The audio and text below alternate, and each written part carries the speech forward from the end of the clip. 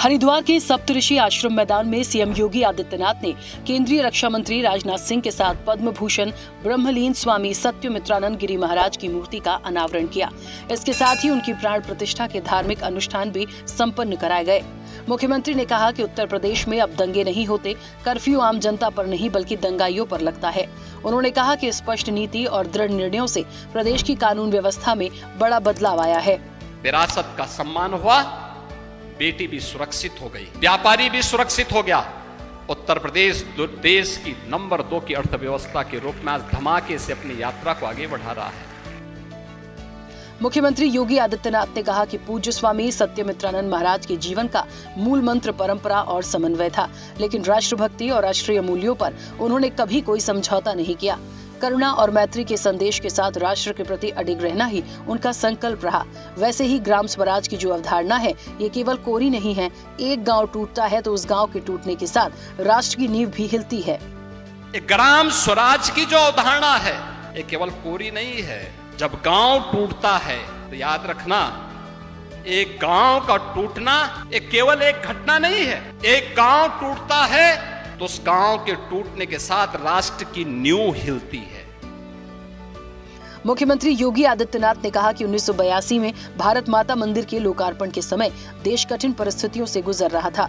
उस दौर में स्वामी महाराज ने पूरे राष्ट्र के सामने ये सवाल रखा कि देश को किस प्रकार का आध्यात्मिक नेतृत्व चाहिए और स्पष्ट किया कि मूल्यों के साथ कोई समझौता नहीं होगा। उन्होंने कहा कि पूज्य स्वामी सत्यमित्रानंद महाराज का समाधि मंदिर केवल स्मृति स्थल नहीं है, बल्कि ये आने वाली पीढ़ियों के लिए संस्कार, साधना, राष्ट्र के प्रति समर्पण की प्रेरणा देने वाला जीवंत प्रतीक बनेगा।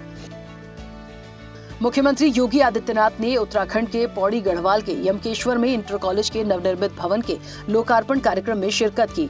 सीएम ने कहा कि विकास वही सार्थक होता है जो अपनी सभ्यता, अपनी संस्कृति के मूल्यों का संरक्षण और सम्मान करते हुए हमें नित नए सोपान की ओर आगे बढ़ने के लिए प्रेरक कर सके। मुख्यमंत्री योगी आदित्यनाथ ने कहा कि हमारा सौभाग्य है कि वर्तमान में भारत का नेतृत्व एक ऐसे राष्ट्रीय ऋषि प्रधानमंत्री नरेंद्र मोदी के हाथों में है जो भारत को विकास की नित नई ऊंचाइयों की ओर लेकर जा रहे हैं। उन्हीं की तरह जो मेहनत करेगा, सही दिशा में सोचेगा, सकारात्मक भाव के साथ कार्य करेगा, मां सरस्वती की कृपा उस पर बरसेगी। मुख्यमंत्री योगी आदित्यनाथ ने कहा कि परीक्षा आत्मविश्वास, अनुशासन और धैर्य की कसौटी होती है। ऐसे क्षणों में सही मार्गदर्शन विद्यार्थियों के मन से भय हटाकर उनमें विश्वास और ऊर्जा भर देता है। इसी भावना के साथ प्रधानमंत्री मोदी ने परीक्षा पे चर्चा के जरिए विद्यार्थियों से आत्मीय संवाद किया और उन्हें संदेश दिया कि तनाव नहीं, संतुलन को अपनाइए।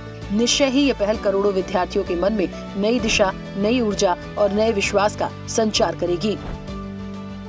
मुख्यमंत्री योगी आदित्यनाथ ने भारतीय संगीत को अपनी दिव्य स्वर साधना से विश्व पटल पर प्रतिष्ठित करने वाली स्वर कोकिला भारत रत्न लता मंगेशकर की पुण्यतिथि पर विनम्र श्रद्धांजलि दी है। सीएम ने कहा कि उनका अद्वितीय गायन और संगीत के प्रति समर्पण कला जगत के लिए एक अमूल्य धरोहर है जो सदैव हमारे हृदय में जीवंत रहेगी।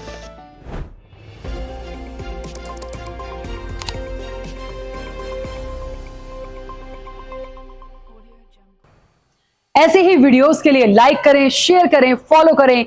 YouTube पर जाकर सब्सक्राइब कर बेल आइकन दबाना ना भूलें और ताजा अपडेट्स के लिए swedeshlive.com पर जरूर जाएं।